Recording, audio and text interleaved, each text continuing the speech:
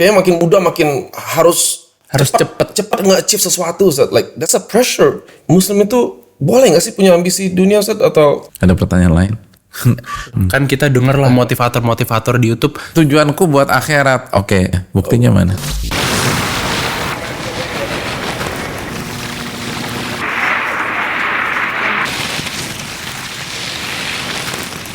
Assalamualaikum warahmatullahi wabarakatuh. Waalaikumsalam warahmatullahi wabarakatuh. Welcome back to another episode of Unspoken with our beloved teacher Ustaz Muhammad Nuzul Zikri Hafizullah and Brother Kiral.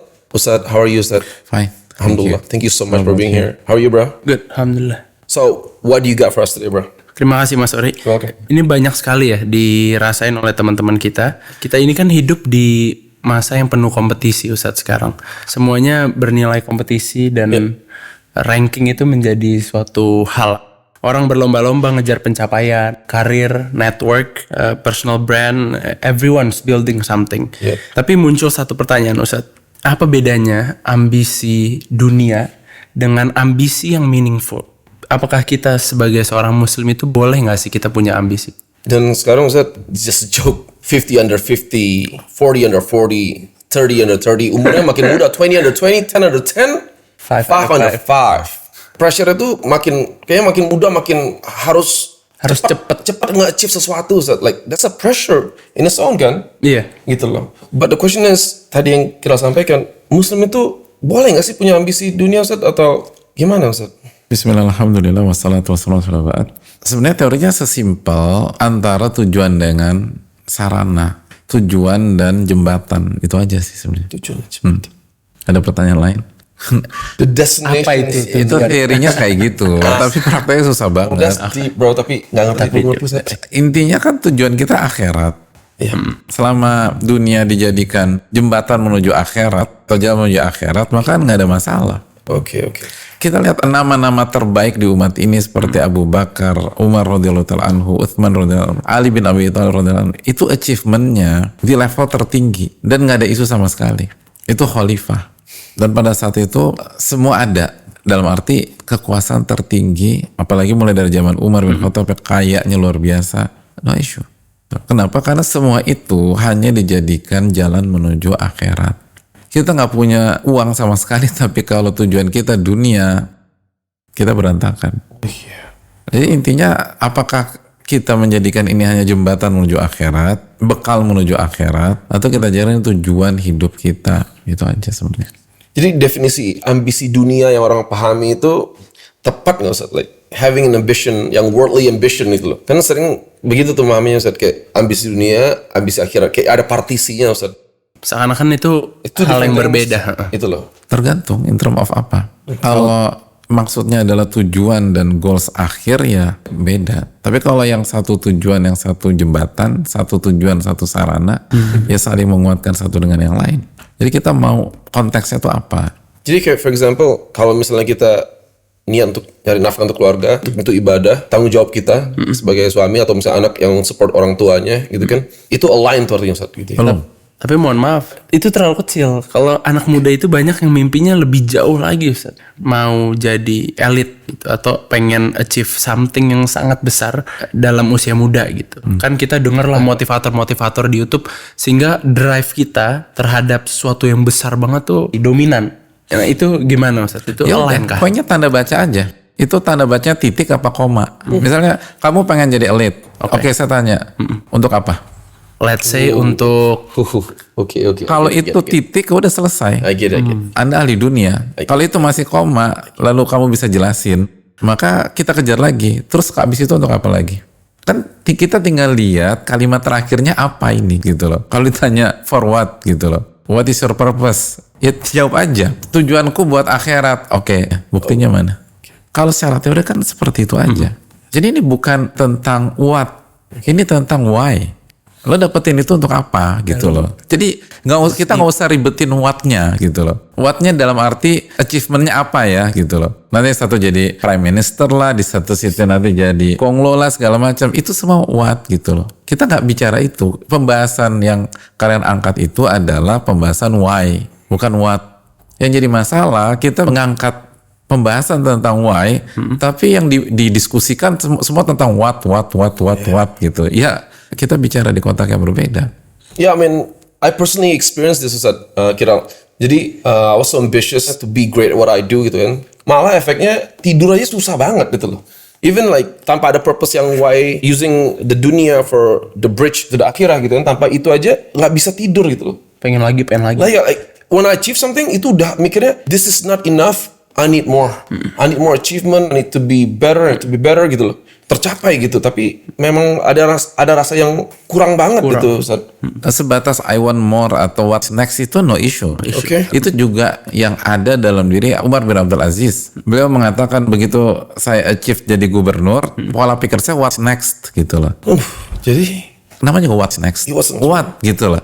Pertanyaan yang harus itu why gitu loh. Poin saya tuh Umar bin Abdul Aziz walaupun berpikir what's next, beliau bisa tidur. Beliau bisa tenang. Karena ini bukan what gitu loh. Tapi why. Jadi jangan berpikir what. Pencapaian setinggi apapun nggak ada isu. Selama why-nya bener. Kan konsepnya inna sholati wa nusuki wa mahyaya wa mamati lillahi rabbil alamin. Sesungguhnya sholatku, ibadahku, hidupku dan matiku semua aku tujukan untuk Allah. Itu poin. So like even what yang kosong tanpa why itu udah kerasa to me, right? Imagine kalau misalnya why-nya pun buruk ya Ustaz. The reason why-nya itu like for bad things, for something yang Allah nggak ridhoi gitu loh. Oh gitu, orang yang menjalani hari-harinya itu saat mengejar itu semakin empty. Can you relate? Kalau sampai tujuan kita buat dunia, jadi why kita tuh dunia. Kata Nabi SAW itu, ja'alal faqra baina ainai. Allah akan buat kemiskinan ada di pelupuk matanya. Jadi dia akan Allah buat paranoid. Allah akan buat kondisi itu jadi insecure, jadi nggak nyaman dan seterusnya. Dan Nabi SAW bersabda, "Farraqallahu syamlah wa ja'alal faqra baina ainai." Allah akan buat urusannya berantakan. Habis itu dia akan dipenuhi rasa kekhawatiran. Pokoknya kemana-mana nggak nyaman, kemana-mana insecure. Itu yang tadi Ori bilang nggak bisa tidur tuh itu. Allahu Akbar. Dan itu nggak ngerubah apa-apa. Walam ta'tihi dunya illa ma kutibalah, kata Nabi SAW. Dan dunia pun nggak datang kecuali apa yang Allah takdirkan. Jadi sekali lagi kalau mau itu kita bicara untuk apa ini, mengapa Anda dapat itu, bukan apa yang Anda dapatkan. Apa yang Anda cita-citakan, apa yang Anda inginkan, itu pertanyaan kedua sebelum kita harus jawab dulu kenapa. Selama ini nggak bisa dijawab atau jawabannya salah, mau cita-citanya seluruh apapun nggak ada gunanya. Misalnya cita-citanya Kiral jadi ulama, tapi why-nya adalah tentang fame, tentang wealth, tentang kaya di dunia. Mau hafal Quran, mau hafal hadis, mau Bukhari, Muslim, Sunan Tirmidzi, Abu Daud, Nasai, Ibnu Majah, Musnad Imam Ahmad, dan paham seluruh ilmu usul fikih, neraka. Karena why-nya salah. Kenapa Ustadz? Banyak di dunia ini tuh yang why-nya salah malah cenderung lebih sukses atau lebih berhasil Kasat di mata. dunia. Kasat mata. Sebentar. Secara mata. Definisikan dulu sukses apa. Kan itu poinnya. Kerangka berpikir ilmiah itu adalah mulai dari definisi. Kita buat tesis, buat disertasi, skripsi. Lalu kita bahas sebuah tema, sebuah theme. Bab pertama, definisinya apa? Kan beda-beda ya Ustaz. Iya. Tapi mungkin konteksnya lebih berhasil dalam arti lebih misalkan dipercaya Ustadz. Vendor yang seringkali why-nya salah tuh keliru ya. Tapi dia tuh lebih terpercaya gitu loh. But we don't know their Mereka why. lebih profesional. I know. Tapi kan misalkan beda keyakinan. Tapi seringkali mereka lebih profesional. Seringkali mereka lebih terpercaya misalkan. Atau misalkan dalam pekerjaannya lebih totalitas daripada vendor yang why-nya benar. Itu kan sering terjadi fenomenanya. Komparasinya antara apa dengan apa? Antara misalkan saya pesan besi. Nggak ada besi yang gede gitu, jadi kita deliver yang ini aja. Gimana takdir? So meaning the what is lebih ke masalah amanah dong. Iya, what-nya lebih ke amanah. Tapi Meaning seringkali nggak perform itu the why is so called correct, tapi what-nya bermasalah kan gitu ya? Iya. Is it because why-nya sendiri juwantahannya itu mungkin nggak proper jadinya? Begitu? intinya orang yang mempunyai why-nya benar tuh seringkali kalah secara matematik dunia dengan orang yang why-nya salah. Soalnya saya pengen kuasain dunia. Tapi mereka cenderung lebih berhasil dalam menguasai dunia. Belum tentu. Pertama kita bisa judge why orang tuh dari mana, gitu loh. Emang sebatas orang punya KTP Muslim why-nya bener. Emang sebatas Kiral punya teman terus gue bilang gue lakukan ini karena Allah, emang otomatis bener? Iya. Kan enggak, gitu loh. How do we judge people judge the gitu? why. Itu poinnya. Belum tentu. Karena kalau misalnya way-nya benar secara zahir dan batin, secara utuh gitu ya, dia akan selalu mencari ridho Allah Subhanahu wa taala. Dan Allah ridho dengan totalitas. Allah mencintai totalitas dan Allah benci dengan malas setengah-setengah. Jadi kita mau compare antara way-nya benar dan way-nya salah, atau way-nya salah dengan way-nya salah, tapi yang satu wattnya lebih total, yang kedua wattnya lebih malas. Kan seringkali kan kita berpikir demikian. Kita pikir dunia ini hanya dua opsi. Enggak, dunia tuh punya lebih dari dua opsi seringkali. Cuman kerangka berpikir kita seringkali menseparate hanya jadi dua kubu, padahal enggak. Pecahannya tuh banyak. Kayak tadi, seringkali kita dengar pembahasan seperti itu. Gimana kalau dengan way-nya salah, dengan way-nya benar? Emang iya gitu. Emang belum tentu kan?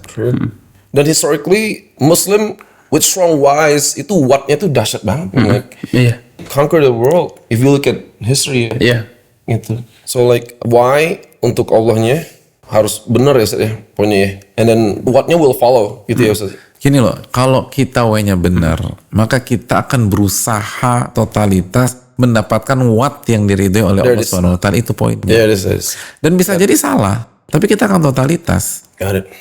Thank you so much for the knowledge today Ustaz, dan sangat bermanfaat untuk kami berdua. Insya Allah bermanfaat juga untuk teman-teman brothers and sisters yang nonton ya. Insya Allah kita ketemu lagi di episode berikutnya of Unspoken. Wassalamualaikum warahmatullahi wabarakatuh. Waalaikumsalam warahmatullahi wabarakatuh.